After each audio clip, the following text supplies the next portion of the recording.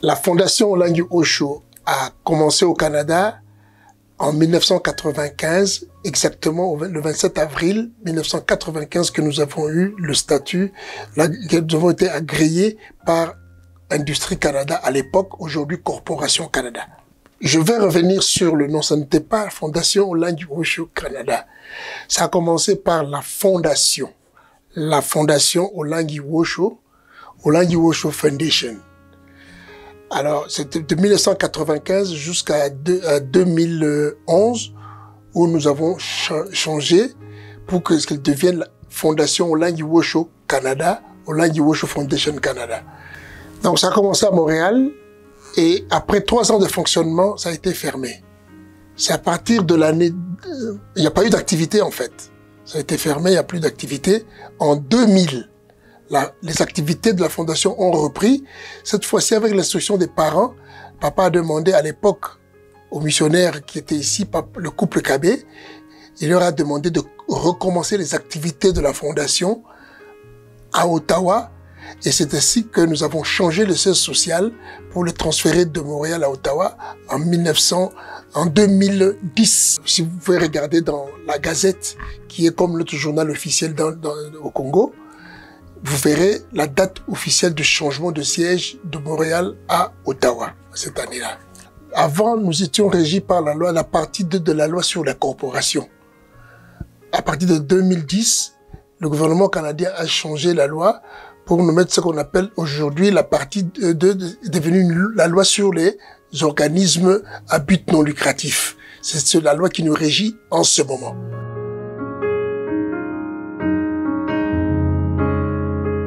Donc après la reprise des activités à Ottawa, comme je dis, le ministère s'est répandu. On a réouvert, donc Ottawa a pris les charges. Nous avons redémarré à Montréal. Montréal, nous avons ouvert à Toronto. Toronto, Sherbrooke, c'est le dernier siège qui a été ouvert au Canada. Et jusqu'à présent, nous avons une cellule à Québec City. C'est comme ça qu'il y a une évolution au niveau organique, au niveau des sièges qui nous représentent toute la Fondation au Canada.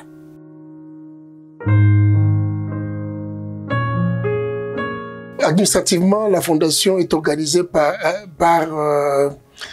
il y a le secrétariat général qui est l'organe administratif qui organise, qui a le contact avec l'extérieur de la Fondation. Alors, le secrétaire général est assisté des coordonnateurs dans chaque siège qui travaillent au niveau administratif. C'est-à-dire, ce sont ces représentants qui sont le contact avec le gouvernement ou les autres organismes en dehors de la Fondation. Le secrétaire général a comme tâche concrète de faire le suivi administratif avec de la Fondation, c'est-à-dire tout ce qui est administration, contact avec l'administration officielle, disons publique du pays. Il est le garant et le dépositaire de toute la documentation de la Fondation. Donc, c'est moi qui fais les rapports de la Fondation, administrative de la Fondation, du fonctionnement de la Fondation, du fonctionnement des sièges sur le plan administratif. Autre tâche que j'ai encore ici, c'est celui de veiller également à ce que les états financiers de chaque siège soient déposés à la date échue, à la date prévue par l'État qui nous régisse dans ce pays. La situation administrative, elle est bonne. Elle est bonne dans la mesure où tous les sièges qui sont au Canada sont organisés et chacun respecte les dates, les échéances plutôt, les échéances fixées par l'État pour pouvoir déposer leurs états financiers. Les coordonnateurs de chaque siège font leur rapport. On travaille en parfaite collaboration. Tout ce qui nous concerne, tout ce qui est dans notre devoir, dans nos attributions, nous l'exerçons. Et ils me font un rapport, et moi je fais le rapport à Kinshasa à mon tour ou soit ils peuvent aussi le faire directement. Cela dépend si le siège international veut le demander, ils font rapport également. La place de l'administration est très très importante. Nous jouons le rôle des serviteurs en fait, hein, des serviteurs conformément à l'exemple de lui-même Jésus-Christ. Parce que Jésus-Christ lui-même, il était ouvrier, il était serviteur pour les autres. L'administration, nous sommes les serviteurs. Nous devons servir les autres. Donc, un administrateur donc est appelé à servir humblement. Il doit servir humblement. D'abord, vous devez servir humblement, donner de tout votre cœur. Quand vous faites le travail, vous le faites avec votre cœur, humblement. L'humilité est le premier élément pour lequel un administrateur doit avoir pour pouvoir diriger le ministère. Donc c'est ça, l'humilité d'abord. Deuxième rôle que la personne peut jouer au niveau de l'administration, qu'est-ce que l'administration peut jouer comme rôle essentiel? Il doit faciliter la mission. Notre mission ici, c'est comme la Fondation le dit, nous sommes un ministère d'enseignement, d'entraînement combat spirituel. Notre rôle également pour le ministère chrétien du combat spirituel en tant qu'administrateur, nous devons également avoir la mission d'encadrer et de faciliter toute notre planification stratégique au niveau financier, au niveau même de la gestion du matériel, des ressources humaines, toutes les ressources possibles qui sont mises à notre disposition. Nous devons assumer la gestion. La gestion, ce n'est pas seulement les finances. On gère tout ce que Dieu a mis à notre organisation de manière harmonieuse, de façon à ce que nous puissions répondre aux besoins même de notre organisme.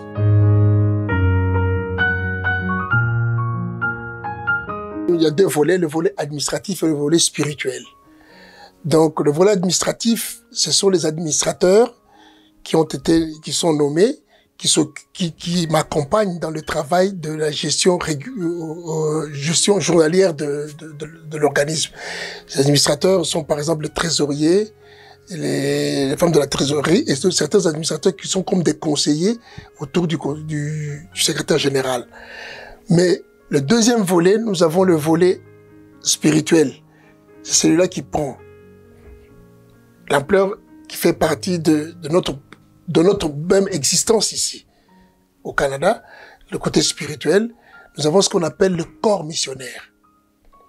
Il y a le corps missionnaire, donc si je peux me répéter, il y a le corps missionnaire d'un côté et l'administration de l'autre. Nos rapports sont étroits parce que notre rôle en tant qu'administration, nous devons assurer aussi au corps missionnaire de leur fournir les besoins essentiels pour qu'ils fonctionnent correctement. C'est-à-dire quoi? Nous devons veiller à ce que la salle soit payée, l'électricité, le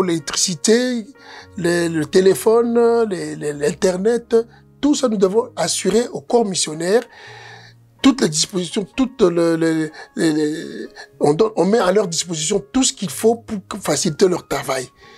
C'est du côté matériel qu'on peut leur fournir en veillant à payer tout ça pour qu'ils puissent faire leur travail calmement.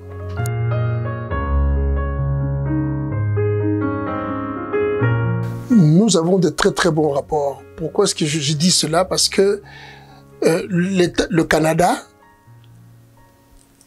ses principes pour gérer ces organismes de bienfaisance ou les organismes dans lesquels nous faisons partie. Parce que nous sommes dans la catégorie des organismes de bienfaisance. Alors le Canada nous exige de déposer les rapports annuels auprès de Corporation Canada pour indiquer que l'organisme est en activité chaque année à la date échue. Je crois ici c'est fin du mois de mars, on nous envoie un message pour pouvoir déposer un rapport annuel d'existence des activités. Ça, on dépose à Corporation Canada.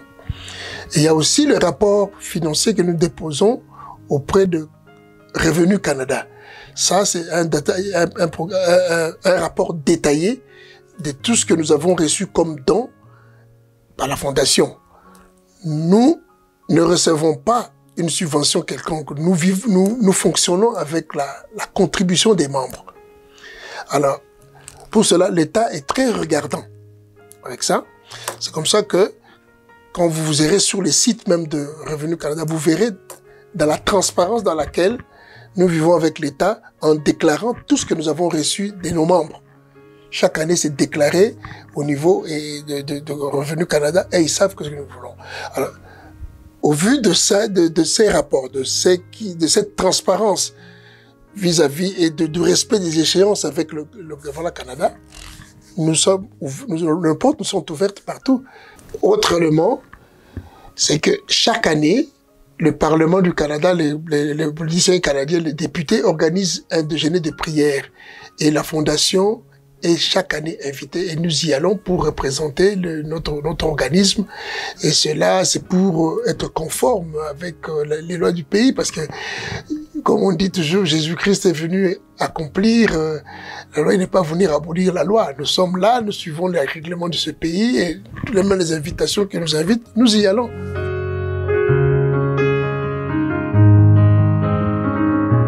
En dehors de l'aspect spirituel que nous organisons ici, mais nous occupons surtout la JCC.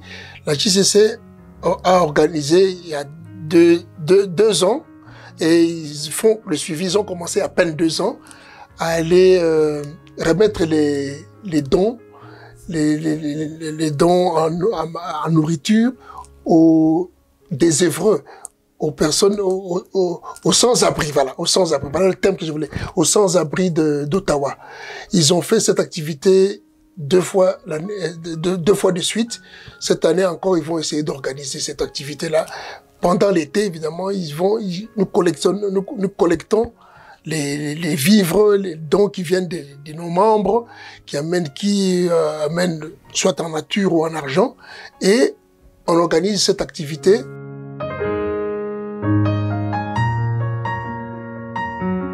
Oui, certainement, nous en avons. Je peux citer les moyens financiers, les moyens humains et les moyens matériels. Concernant les moyens financiers, là, comme nos parents d'heureuse mémoire nous avons appris, nous vivons avec les moyens que nous avons. C'est-à-dire, tout ce que les membres cotisent, ils nous amènent ils contribuent pour le fonctionnement. C'est avec ça que nous vivons. Avec ça, nous fonctionnons avec ça pour payer tout ce qu'il nous faut, toutes les charges de la Fondation que nous payons avec ça. Du côté humain, la Fondation Olangi a des disciples messagères bien formés qui sont là, qui dirigent les prières. Comme vous avez vu sur le site de Revenu Canada, vous avez vu les objectifs principaux. Nous avons les prières, les chaînes de prières, les intercessions, tout est bien organisé avec des disciples bien formés qui nous encadrent spirituellement à la Fondation Olangi Osho Canada. Du côté matériel, nous avons nos salles, bien que ce ne sont pas les salles que nous avons achetées, mais nous les louons.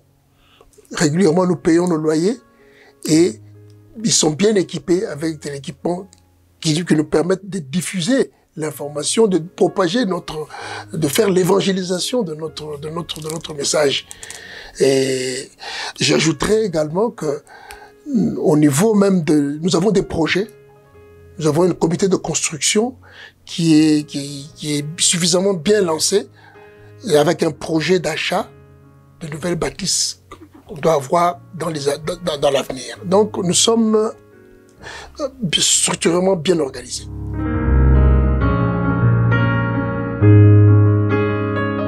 J'ai travaillé avec papa, surtout du côté administratif. Papa tenait beaucoup sur l'administration.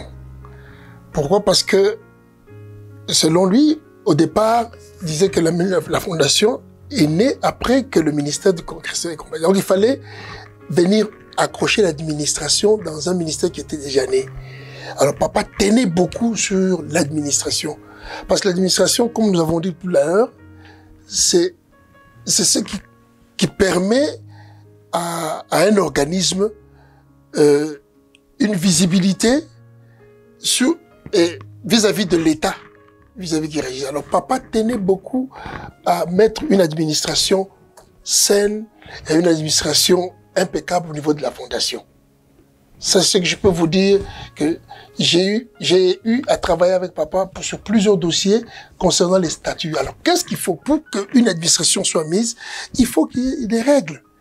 Les règles, ce sont les statuts qui régissent. Et les règlements d'ordre intérieur, comment nous fonctionnons, comment nous devons fonctionner. Vous ne devez pas vous créer un organisme, on peut se créer, on se rassemble comme un groupe de prière par exemple, mais si vous n'avez pas des statuts qui vous régissent, chacun va agir comme il veut.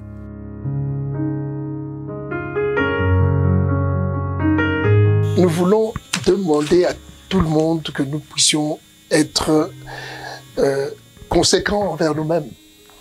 C'est-à-dire, nous sommes représentés il y a plus de 152 sièges à travers le monde, je ne sais pas combien il y en a à l'étranger. Et la plupart des pays, des sièges qui sont à l'étranger, nous devons suivre ce qui est écrit, à Dieu, ce qui est à Dieu, à César et à César. Donc, quand nous venons dans un pays, conformons-nous aux lois et règlements du pays. Quels sont les organismes qui nous régissent? Nous devons approcher ces organismes-là, ces organismes officiels de l'État, afin de nous enregistrer. Parce que nous devons fonctionner avec des statuts, et nous avons des statuts et des règlements.